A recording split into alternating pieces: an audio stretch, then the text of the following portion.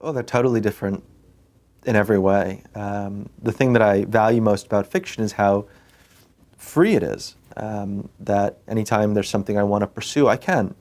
If I become curious about something, or something catches my fancy or seems interesting, I just do it.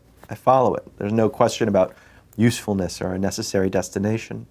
And with nonfiction, I always felt bound, both to reality. My book has something like, 80 pages of footnotes, but also to a conversation that I wanted to have. So every morning when I woke up, when I was writing Eating Animals, I knew what I was going to work on. Every morning when I wake up to write fiction, even if I'm at the end of a book, I, in a very fundamental way, don't know what I'm going to work on. Each subsequent sentence feels like a mystery or a possibility anyway. So I was grateful to have that, certainty of sort of a line of thought that I was pursuing, but it was also very difficult because I felt so constrained.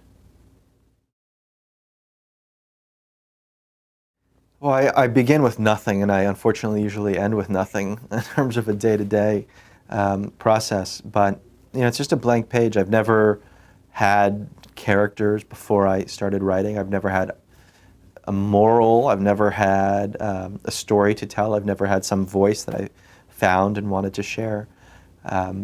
Auden, the poet, said, "I look at what I write so that I can see what I think," and that's been very true for me in my process. I don't have a thought that I then try to articulate. It's only through the act of writing that I try to find my own thoughts. So it can be quite scary because, there's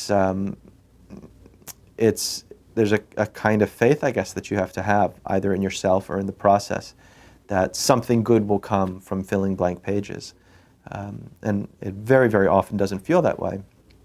But every now and then you stumble upon something, some idea which you didn't know that you'd had, or a feeling that you didn't know you'd had. And there's nothing like that revelation, and I don't know of anywhere else in life to find it.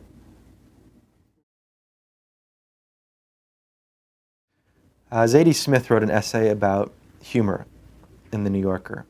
And she talked about the experience of going out with a bunch of stand-up comedians after a show. They went to a bar, and she said they were asking each other, was it funny, was it funny, was it funny when I held off on the punchline for that extra second? Was it funny when I pointed at that guy in the audience? Was it funny when I delivered that joke with a straight face? And she said, they're neurotic, and it's crazy and very annoying. Just, was it funny, was it funny? But as a writer, she said she felt jealous of them because at least they knew what the question was. And that's the hardest thing about writing. You don't even know what good would be. Is a good book an entertaining one? Probably not alone. Otherwise, Danielle Steele might be the greatest author who ever lived. Is a good book one that conveys some kind of moral imagination? Probably not. Is it one that is artful? Well, it's hard even to know what that means, but they're very, very artful books that very few people can ever get into. Is it to be funny? Is it to be sad? Is it to be new? Is it to be familiar? Is it to describe life as people now live it? Or is it to do just the opposite? There isn't any one answer, but the scary thing is there might not be any answer. And investing all of your days toward a question that might not have a good answer, or it might not have an answer that you ever have access to, is very scary. And that's the hardest thing about writing.